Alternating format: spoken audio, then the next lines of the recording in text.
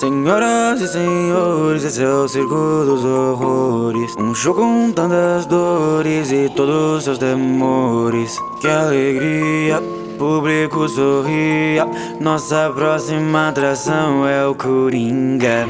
Eu sou um agente do caos, é o que acontece quando você cresce entre bêbados e meretrizes. Gosto de fazer o mal, eu tô sempre sorrindo. Quer saber como ganhei minhas cicatrizes? Então eu sou esquisito, só porque eu não me encaixo no seu padrãozinho. Não sabia que a loucura é como a gravidade, só precisa de um empurrãozinho.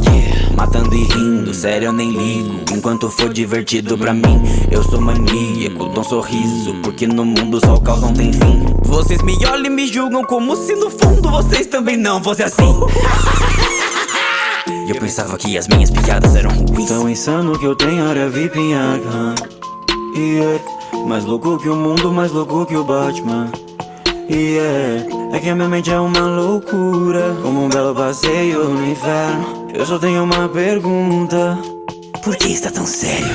Sou só eu? Ou o mundo tá ficando mais louco? Quem mais percebeu? Decidiu em tudo botar fogo.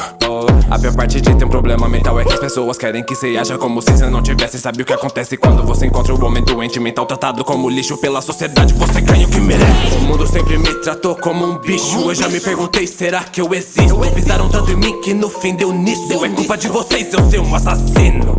Eu vou dar um espetáculo, só uma coisinha.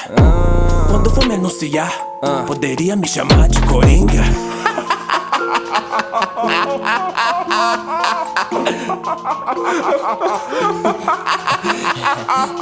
Qual é a graça? Imaginei que você perguntaria. É que eu pensei numa piada, só que você não entenderia. Senhoras e senhores, esse é o circo dos horrores. Um show com tantas dores e todos os temores. Que alegria, público sorria.